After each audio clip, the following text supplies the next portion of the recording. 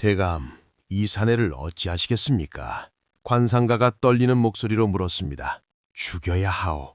왕과 같은 팔자를 가진 자는 역적이 될 수밖에 없소. 하지만 아직 죄를 짓지 않았습니다. 죄를 짓기 전에 막아야 하오. 그 사내의 이름은 철수였습니다. 가난한 농부의 아들로 왕과 정확히 같은 날 동일한 시에 태어났죠. 왕이 태어난 그날 관상가는 철수의 사주도 보았습니다. 이게 어찌 된 일이오? 똑같은 사주가 두 개라니. 무슨 소립니까? 대왕마마와 똑같은 팔자를 가진 아이가 또 있습니다. 조정은 벌컥 뒤집혔습니다. 철수는 그 사실을 모른 채 자랐습니다. 밭을 갈고 나무를 하며 평범하게 살아갔죠. 하지만 왕궁에서는 늘 그를 감시했습니다. 철수가 무슨 일을 하는지 보고하라. 예, 대감. 그저 농사만 짓고 있사옵니다. 세월이 흘러 둘 다 30이 되었습니다. 왕은 나라를 다스렸고 철수는 여전히 밭을 갈았습니다. 그런데 어느 날 철수에게 이상한 일이 벌어지기 시작했습니다. 아침에 밭에 나갔더니 금덩이가 묻혀 있었습니다. 이게 퇴케 어디서? 다음 날은 우물에서 옥구슬이 나왔습니다. 사흘째 되는 날 하늘에서 빛이 내려와 철수를 감쌌습니다. 마을 사람들이 소문을 퍼뜨리기 시작했습니다. 철수는 범상치 않은 사람이야. 하늘이 점지한 인물이 틀림없어. 그 소문이 궁궐까지 들어갔습니다. 대감, 철수 주변에 이상한 일들이 일어나고 있습니다. 역시 그놈이 문제로구나. 대신들이 모여 회의를 열었습니다. 전하, 철수를 제거해야 합니다. 아직 죄를 짓지 않았는데 어찌 죽이겠는가? 하지만 백성들이 따르기 시작하면 영모가 될 것입니다. 왕은 고민에 빠졌습니다. 왕은 직접 철수를 만나기로 했습니다. 미복을 입고 철수의 마을로 향했죠. 철수란 자가 누구인가? 저입니다. 왕은 철수를 보는 순간 놀랐습니다. 얼굴이 자신과 너무 닮아 있었던 것입니다. 자네, 왕이 되고 싶지 않은가? 왕이요? 저는 농사만 할 뿐입니다. 금은보화도 권력도 원치 않는가? 철수는 고개를 저었습니다. 저는 이 밭과 하늘만 있으면 충분합니다. 왕은 철수의 집에 머물며 철수를 지켜봤습니다. 철수는 새벽에 일어나 밭을 갈고 이웃을 도왔습니다. 욕심이라곤 눈꼽만큼도 없었죠. 일주일 후 왕은 깨달았습니다. 같은 팔자라도 사는 방식이 다르구나. 왕궁으로 돌아온 왕은 조정 대신들을 불렀습니다. 철수를 건드리지 마라. 그는 역적이 아니다. 하지만 전하, 그는 하늘이 내게 보낸 스승이다. 왕은 철수를 궁으로 초대했습니다. 자네를 벼슬에 앉히고 싶네. 감사오나 사양하겠습니다. 제 자리는 밭입니다. 것이었죠. 그날 이후 왕은 철수를 찾아가 백성의 삶을 배웠고 더 나은 왕이 되었습니다. 철수는 평생 농부로 살았고 왕은 명군이 되었다고 합니다. 할아버지, 이 떡은 제가 훔친 겁니다. 소년이 고개를 숙이며 떨리는 목소리로 말했습니다. 뭐라고? 훔쳤다고? 배가 너무 고팠어요. 사흘을 굶었거든요. 소년의 작은 손에는 떡 2개가 들려 있었습니다. 노인은 떡을 받으며 말했습니다. 그래도 먹어야지. 내가 위험을 무릅쓰고 가져왔는데 할아버지는 안 화나세요? 화낸다고 배가 부르나? 미운 마음이 들어가면 떡맛도 쓰단다. 소년의 눈에서 눈물이 흘러내렸습니다. 다른 어른들은 다 저를 때렸는데 거지 소년 도리는 겨우 8살이었습니다. 부모를 잃고 혼자 거리를 떠돌다 한강 다리 밑에서 노인을 만났죠. 백발의 남루한 옷차림이었지만 눈빛만은 따뜻했습니다. 얘야, 여기서 같이 지내자꾸나. 그렇게 둘은 가족이 되었습니다. 도리는 매일 구걸을 했고 할아버지는 다리를 다쳤다며 움직이지 못했습니다. 하지만 밤마다 충신과 효자 이야기를 들려주셨죠. 그런데 어느 날 포졸들이 몰려왔습니다. 저기다. 떡을 훔친 거지 새끼를 잡아라. 도리가 노인 뒤로 숨으며 소리쳤습니다. 할아버지, 살려주세요. 저놈 당장 잡아 가두시오. 바로 그 순간 노인이 벌떡 일어서며 외쳤습니다.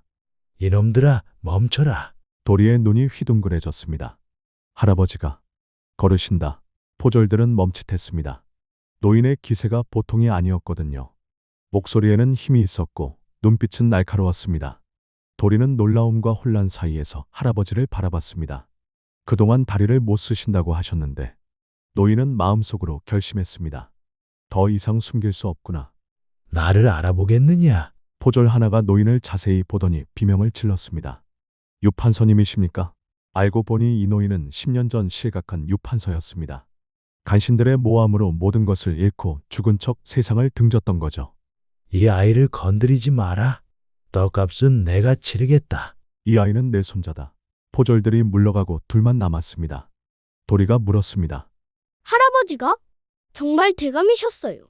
그래, 하지만 다 옛날 일이란다. 그럼 왜 저 같은 거지랑? 유판서가 도리를 안으며 말했습니다. 너 때문에 다시 사람이 되었단다. 살아있음을 느꼈어. 며칠 후 유판서는 옛 집을 되찾았습니다. 도리를 양아들로 삼고 글과 예의를 가르치기 시작했죠. 도리는 과거에 장원급제했고 첫 봉급을 들고 양아버지를 찾았습니다. 아버지, 제가 해냈습니다. 유판서는 눈물을 흘리며 웃었습니다.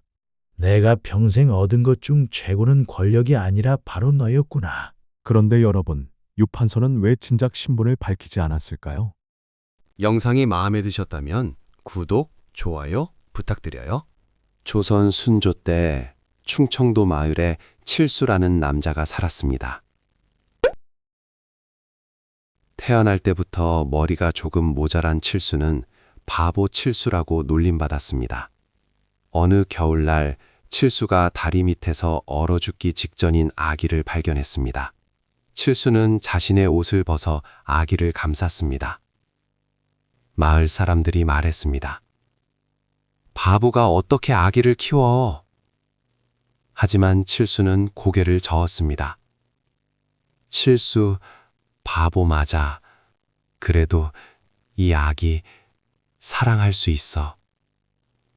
칠수는 자신이 먹을 밥을 아껴 아기에게 죽을 쑤었습니다.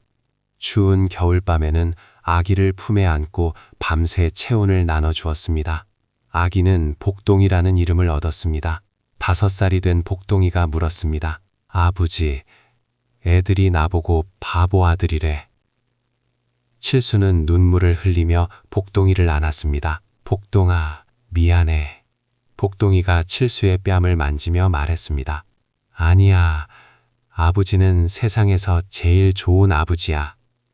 복동이가 10살이 되자 마을 훈장이 말했습니다. 복동이는 총명하네. 서당에 보내게. 칠수는 더 열심히 일했습니다. 새벽부터 밤까지 품팔이를 했습니다. 그날 밤 복동이는 칠수가 찬방에서 떨고 있는 걸 보았습니다. 자신의 학비를 위해 나무도 아껴야 했던 것입니다. 복동이는 더 열심히 공부했습니다. 20년이 지났습니다. 복동이는 과거에 장원급제했습니다. 금이 환영한 복동이가 칠수를 찾았을 때 칠수는 병들어 누워 있었습니다. 복동이가 칠수의 손을 잡고 울었습니다. 칠수가 복동이의 머리를 쓰다듬었습니다. 며칠 후 칠수는 복동이의 품에서 편안히 눈을 감았습니다. 복동이는 평생 칠수를 아버지로 여기며 살았습니다. 진정한 부모는 피가 아니라 사랑으로 만들어지는 것. 사랑은 머리가 아니라 마음으로 하는 법입니다. 영상이 마음에 드셨다면 구독, 좋아요 부탁드려요. 조선 숙종 때 강원도 산골 마을에 호르몬이를 모시고 사는 박서방이라는 젊은이가 있었습니다. 집은 가난했지만 효성이 지극하여 어머니께 맛있는 것을 드리려고 산과 들을 헤맸습니다. 그의 곁에는 늘 누렁이라는 개 한 마리가 따라다녔습니다. 같은 마을에 사는 최부자는 재산만 불리는 욕심쟁이였습니다. 허허, 박서방, 늙은 어미남 모시고 살면 뭐하나? 가난하게 죽을 텐데. 최서방, 부모님은 하늘입니다. 가난해도 마음만은 부자외다.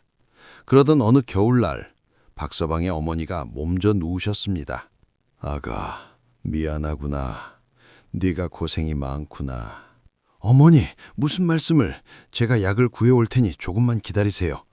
하지만 약값이 없었습니다. 박서방은 눈물을 흘리며 누렁이를 안았습니다. 누렁아, 미안하다. 그는 울며 누렁이를 팔려고 장터로 향했습니다. 그런데 말입니다. 누렁이가 갑자기 박서방의 옷을 물고 산으로 끌고 갔습니다. 누렁아, 어디로 가는 거냐? 누렁이는 깊은 산속 바위 틈으로 인도했습니다. 이게 웬일입니까? 그곳에는 산삼한 뿌리가 자라고 있었습니다. 이것은 천삼이로구나. 누렁아, 고맙다. 박서방은 그 산삼을 팔아 어머니께 약을 드렸고 어머니는 건강을 되찾으셨습니다. 소문을 들은 마을 사람들은 모두 감동했습니다. 하지만 최 부자는 시샘에 가득 찼습니다. 저놈이 산삼을 찾았다고? 나도 산에 가서 산삼을 찾아야지. 최 부자는 욕심에 눈이 멀어 한겨울 깊은 산속을 헤맸습니다. 그런데 말입니다. 갑자기 눈보라가 몰아쳤고 최 부자는 길을 잃고 말았습니다. 살려줘! 누구 없어! 사람 살려! 바로 그때 짖는 소리가 들렸습니다. 누렁이였습니다. 누렁이는 최 부자가 위험에 빠진 것을 알고 박서방을 데려온 것입니다. 최서방, 손을 잡으시오! 박서방은 자신을 늘 무시하던 최 부자를 구해주었습니다. 최 부자는 얼어 죽을 뻔한 상황에서 구출되어 박서방의 집에서 치료를 받았습니다. 박서방의 어머니는 미운 최 부자에게도 따뜻한 죽을 끓여주셨습니다. 자네도 부모가 계셨을 텐데 이제라도 남을 배려하며 사는 게 어떤가? 최 부자는 뜨거운 눈물을 흘렸습니다. 죄송합니다. 제가 잘못 살았습니다. 개만도 못한 인생을 살았구나. 그 후 최 부자는 마음을 고쳐먹고 가난한 이웃을 도우며 살았습니다. 박서방은 마을 사람들의 추천으로 관직에 올라 어머니를 편히 모셨다 합니다. 조선 인조 때 충청도 산골에 자식 없는 김씨 노부부가 살았습니다. 평생 자식을 바랐지만 하늘은 허락하지 않았습니다. 어느 봄날 할머니가 개울가에서 빨래를 하는데 갑자기 이상한 소리가 들렸습니다. 응애, 응애. 광주리 하나가 물을 따라 떠내려오고 있었습니다. 안에서 아기 울음소리가 들리는 게 아니겠습니까? 할머니가 급히 광주리를 건졌습니다. 뚜껑을 여는 순간 눈물이 흘렀습니다. 쌍둥이 아기가 나란히 누워 있었던 것입니다. 광주리한 편지에는 이렇게 적혀 있었습니다. 이 아이들의 부모는 역병으로 죽었습니다. 부디 잘 키워주십시오. 할아버지가 말했습니다. 여보, 우리가 키웁시다. 하늘이 보내주신 자식들이요. 노부부는 가난했지만 쌍둥이를 친자식처럼 키웠습니다. 10년이 흘러 오빠 복동이, 동생 복순이는 효심 깊은 아이로 자랐습니다. 하지만 노부부는 병으로 쓰러졌습니다. 바로 그날 밤 화려한 가마가 마을로 들어왔습니다. 비단옷 입은 부부가 물었습니다. 10년 전 개울에서 쌍둥이를 발견한 노부부가 사시던데요.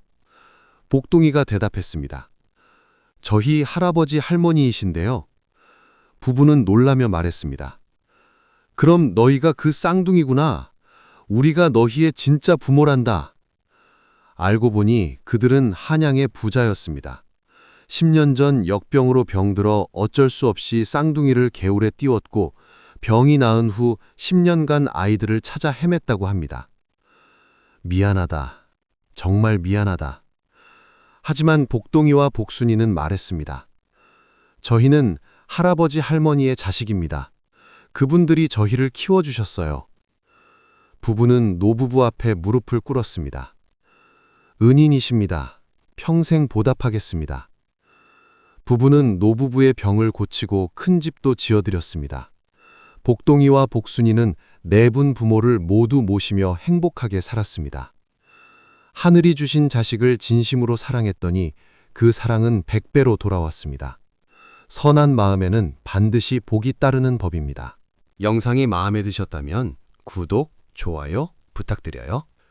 조선 성종 때 전라도 산골에 최진사라는 풍수지리에 능한 선비가 살았습니다. 그는 돌아가신 어머니를 모실 명당을 찾기 위해 10년을 산을 헤맸습니다. 가산을 탕진하고 아내마저 병들었지만 그는 명당 찾기를 멈추지 않았습니다. 그러던 어느 날 깊은 산속에서 마침내 천하 명당을 발견했습니다. 이곳이다. 좌청룡 우백호에 앞에는 물이 흐르고 이곳에 모시면 3대가 정승을 낼 명당이로구나. 최진사는 기쁨의 눈물을 흘렸습니다. 그는 서둘러 집으로 돌아가 준비를 했습니다. 며칠 후 최진사가 상여를 메고 그 명당으로 향했습니다. 그런데 말입니다. 명당 자리에 이미 새 무덤이 있었습니다. 이게 어찌 된 일인가? 마침 한 농부가 지나가다 말했습니다.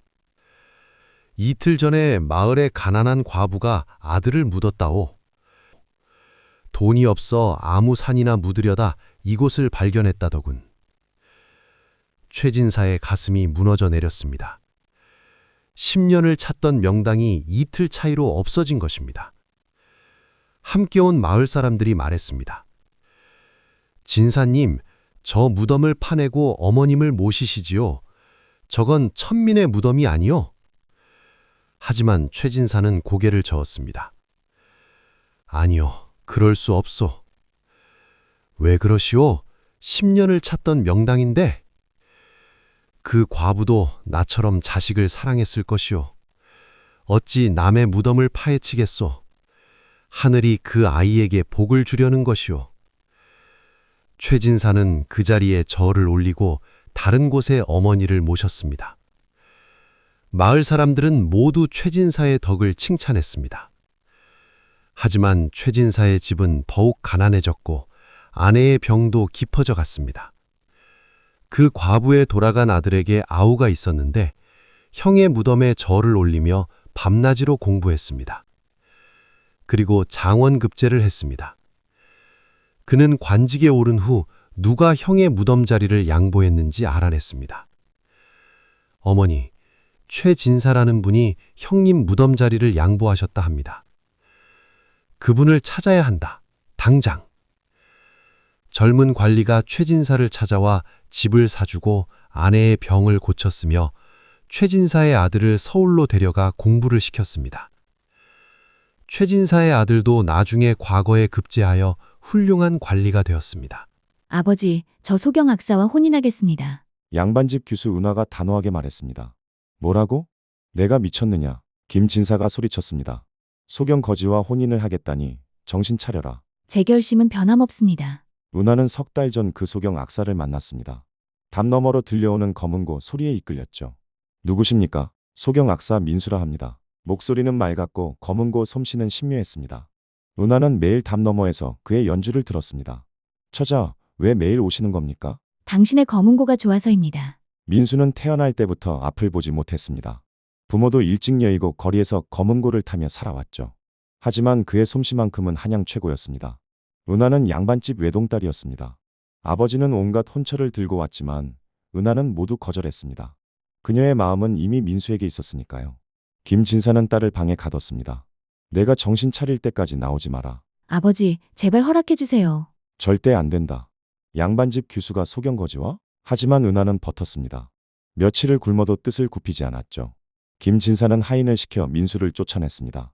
다시는 이 동네에 얼씬거리지 마라. 민수는 매를 맞으며 쫓겨났습니다. 은하는 그 소식을 듣고 탈출을 결심했습니다. 밤중에 담을 넘어 민수를 찾아 나섰죠. 민수야, 어디 있니? 한양 거리를 헤맸습니다. 다리 밑, 주막, 시장 곳곳을 뒤졌습니다. 사흘째 되던 날 성박 운막에서 민수를 발견했습니다. 그는 피투성이가 된 채 검은고를 껴안고 있었습니다. 은하, 처자십니까? 나요, 민수. 함께 가요. 그때였습니다. 김진사가 포졸들을 이끌고 나타났습니다. 저놈을 잡아라. 내 딸을 유혹한 죄인이다. 아버지, 아닙니다. 포졸들이 민수를 붙잡았습니다. 바로 그 순간 민수가 검은고를 들어 올렸습니다. 댕그랑 검은고 소리가 울려 퍼지자 놀라운 일이 벌어졌습니다. 하늘에서 빛이 내려왔고 어디선가 목소리가 들려왔습니다. 이 약사는 하늘이 내린 재주를 가진 자라. 함부로 대하지 말라. 김진사를 비롯한 모든 사람이 그 자리에 엎드렸습니다. 빛이 사라지고 민수의 눈이 천천히 떠졌습니다. 보입니다. 은하 처자가 보입니다. 기적이었습니다. 민수가 앞을 볼 수 있게 된 것입니다. 김진사는 땅에 엎드려 빌었습니다. 용서하시오. 제가 잘못했습니다. 장인어른, 제가 은하를 평생 잘 모시겠습니다. 민수의 첫 번째 시력으로 본 것은 사랑하는 은하의 얼굴이었습니다. 그 후 민수는 궁중 악사가 되었고 은하와 행복하게 살았다고 합니다. 두 사람의 사랑이 하늘을 감동시킨 것이죠. 그런데 여러분, 하늘에서 들렸던 목소리는 정말 신의 목소리였을까요? 그리고 민수의 눈은 왜 그 순간 떠진 것일까요? 장터에서 바느질로 생계를 연명하던 과부 김씨. 나이 30에 폐병으로 세상을 떠났습니다. 남은 건 겨우 6살 아들 덕이 하나. 덕아, 엄마 없어도 씩씩하게. 죽는 그 순간에도 아들 걱정뿐이었습니다. 장례 후 덕이는 먼 친척 조씨 집으로 보내졌습니다. 밥값은 네가 벌어먹어라. 조 씨는 어린 덕이를 일꾼처럼 부렸습니다. 한겨울에도 강가 빨래, 밤늦도록 땔감 패기 등을 하며 하루하루 힘들게 보냈습니다. 추운 외양간에서 떨며 자던 덕이는 매일 밤 엄마를 그리워하며 잠들고는 했습니다. 그해 섣달, 술 취한 조 씨가 덕이를 강가로 내몰았습니다. 빨래 다 하기 전에 돌아오지 마! 눈보라치는 강가, 덕이는 발을 헛디뎌 얼음 위로 미끄러졌습니다. 우지직! 얼음이 깨졌습니다. 살려주세요! 매서운 바람이 불던 강가에는 아이들 도와줄 수 있는 사람은 아무도 없었습니다. 그 순간 하늘에서 김씨 부인의 혼이 아들을 보았습니다. 덕아! 저승사자가 그녀를 붙잡았습니다. 돌아갈 수 없어! 내 아들이 죽어가고 있습니다. 그녀는 빛이 되어 강물 속으로 뛰어들었습니다. 얼음장 같은 물속, 의식이 흐려지던 덕이를 보이지 않는 손이 꼭 껴안았습니다. 엄마가 왔어, 덕아. 차가운 물속에서 갑자기 따뜻함이 느껴졌습니다. 무서워하지 마. 엄마가 지켜줄게. 엄마가 꼭 안아 의식이 없는 덕이를 물 위로 끌어올리고 체온을 유지하기 위해 아침이 들 때까지 안아주었습니다. 다음 날 아침, 마을 사람들이 강가에서 쓰러진 덕이를 발견했습니다. 다행히 그 아이는 살아 있었습니다. 얼음물에 빠져 젖었던 옷은 말라 있었고 온기가 남아 있었습니다. 깨어난 덕이가 떨리는 목소리로 말했습니다. 엄마가 오셨어요. 물속에서 저를 안아주셨어요. 엄마 품이 너무 따뜻했어요. 마을 사람들은 눈물을 흘렸습니다. 훗날 덕이는 가난한 아이들을 돌보며 살았다고 합니다. 엄마, 잘 살고 있어요. 엄마의 사랑은 저승길도 얼음 강물도 이기는 법입니다. 구독과 좋아요 많은 응원해주세요.